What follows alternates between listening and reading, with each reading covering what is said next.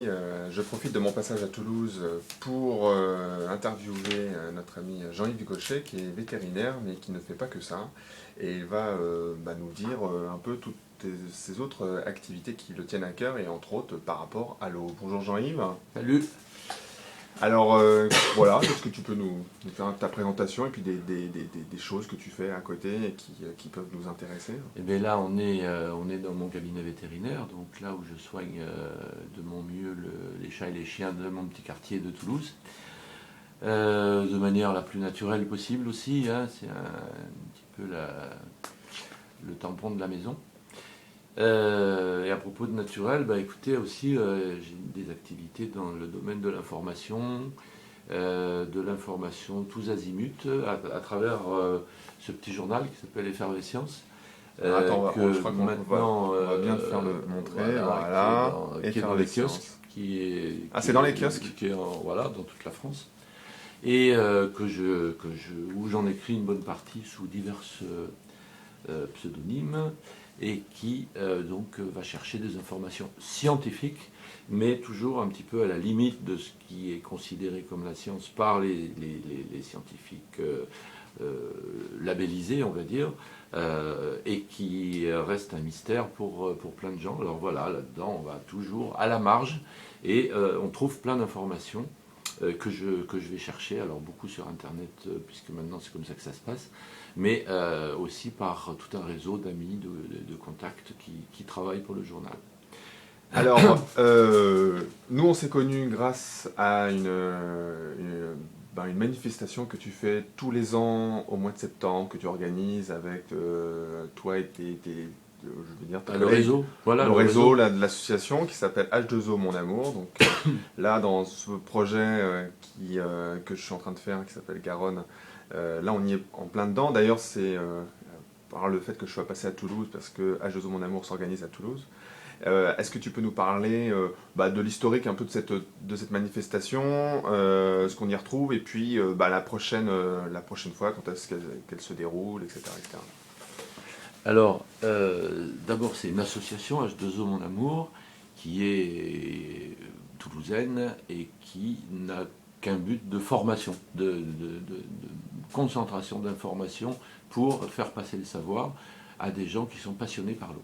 Alors, qui sont ces gens? Ça peut être n'importe qui. À partir du moment où on aime l'eau, on est attiré par cette substance que certains voudraient simplement considérer que c'est une molécule avec oxygène, hydrogène, et puis voilà, basta, c'est un solvant. Et à part ça, c'est un produit chimique comme un autre. Et puis d'autres qui y voient, alors on ne va pas dire une déesse, mais on s'amène quand même à des considérations qui vont largement au-delà de la molécule ou même de la substance. C'est une eau qui parle, c'est une eau qui a énormément zut, je vais y arriver, qui a énormément de Alors, un petit énormément qui nous entoure en permanence, qui est intégré Ouais. dans toute notre vie, dans notre métabolisme, dans nos esprits, dans nos pensées, elle est là.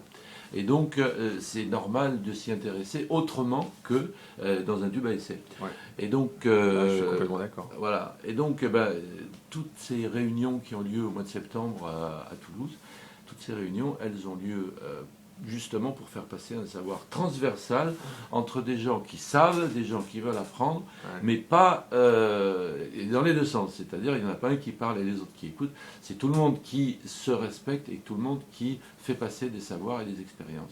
Alors, ça va dans tous les sens, hein. Ça va dans des domaines historiques, ça va dans des domaines philosophiques, ça va dans des domaines, bien sûr, de laboratoire. Et au total, on a, en gros, il y a une vingtaine de sujets par an qui sont débattus sur l'eau. Ça fait 8 ans qu'on fait ça. Ça fait donc 2 fois 8, 16, 160 sujets. Et jamais la même chose. Jamais on a répété des choses qu'on avait dit même quelques années avant. Donc c'est un sujet gigantesque et c'est un sujet passionnant. Alors on se réunit et donc c'est ouvert aussi à des gens qui s'intéressent. Et depuis peu, donc depuis l'année dernière, il y a eu une petite lucarne qui a été offerte aux artistes aussi. Il faut quand même le souligner. Alors, à propos de l'eau, hein, bien sûr, l'eau, c'est aussi un sujet. D'abord, c'est beau. Encore faut-il que des artistes arrivent à saisir la beauté au moment où elle se manifeste, et puis la ramener, la mettre dans un écrin, où l'écrin, ça peut être un moment particulier, où tout le monde se recentre et s'intègre à l'eau quand elle a été montrée de manière artistique, justement. Alors justement, par rapport à la prochaine manifestation, est-ce que tu peux déjà nous dire les dates et puis deux, trois thèmes comme ça qui vont être abordés pour le prochain Jeux Mon Amour, donc qui aura lieu au mois de septembre, vers le 10, le 11. Le 10 et le 11 septembre, donc tu me confirmes, c'est le 10 Ah oui, et le oui, 11 oui, septembre. c'est vendredi, samedi, hein, D'accord. 10 et 11 septembre, c'est à l'Institut 2011. catholique. 2011. Tu peux dire, oui, Les donc à thèmes, l'Institut catholique à Toulouse. à l'Institut catholique de Toulouse, dans des salles qui sont maintenant, à force d'avoir des travaux, on a toujours eu des travaux depuis le début. Maintenant, ça y est, c'est d'aplomb. Mais enfin, bon, c'est magnifique, hein. Et ben les thèmes, il y a des thèmes dans le domaine de l'énergie de l'eau, en particulier. Je crois qu'on va pas mal plonger dans l'eau, justement, en ce qui concerne la cavitation. Qu'est-ce que c'est que la cavitation? C'est un grand mystère pour plein de gens. On va donner l'explication et on va aller remonter dans l'eau pour voir que l'eau, elle arrive à imploser. Mais qu'est-ce qui se passe? On sait qu'il y a énormément d'énergie qui existait, qui est redonnée. Ça donne des applications industrielles faramineuses et surtout militaires faramineuses. Ah oui. Par contre, sur un plan énergétique, on s'en sert pas beaucoup. Il y a des gens qui savent, qui ont des projets là-dessus, et justement, on va débattre de ça. Par exemple, ça c'est une des applications qu'on va mettre en route. Dans le domaine biologique, je crois qu'on va pas mal parler de l'hydratation aussi. L'hydratation du corps, l'hydratation de la cellule. Qu'est-ce que c'est qu'une cellule trop hydratée, pas assez? La déshydratation, qu'est-ce que ça entraîne? Voilà, par exemple, ces deux sujets-là, déjà, à eux tout seuls, il y a de quoi nous occuper.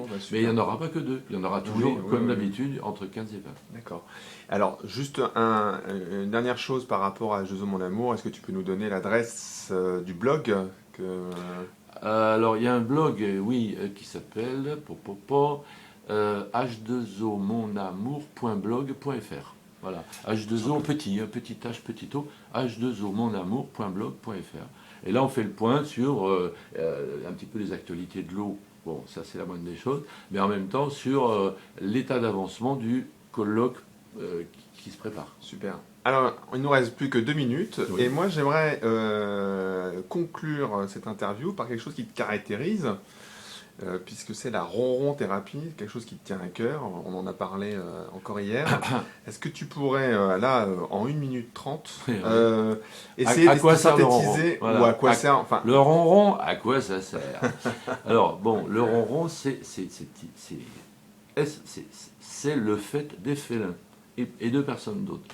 Alors, pourquoi les félins ronronnent quand ils sont contents? D'abord, c'est la première manifestation du chaton avec sa mère, ça se renvoie la balle, hein.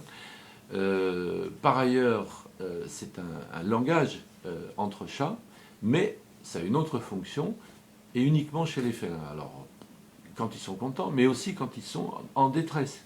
Le chat qui souffre, une chatte avec des petits qui sont engagés au moment d'un accouchement et puis que ça se passe très mal, elle ronronne. À quoi sert ce ronronnement? Alors, bon, il n'y a pas eu beaucoup de recherches de fait là-dessus. Moi, je me suis un petit peu avancé, j'ai passé pas mal de temps à voir tout ce qui a été dit, recherché. Il y a des réponses. Ces réponses, elles tournent autour de capteurs de la peau que nous avons, qui s'appellent les corpuscules de Pacini, qui nous, parfois, permettent d'apprécier certains épisodes musicaux qui sont dans les basses, comme le ronronnement qui est dans les 25-50 Hz. Et chez le chat, et bizarrement, chez le chat, ces corpuscules, ils sont également dans le pancréas qui est l'organe qui augmente la quantité de sucre dans nos cellules, c'est-à-dire une capacité de récupération.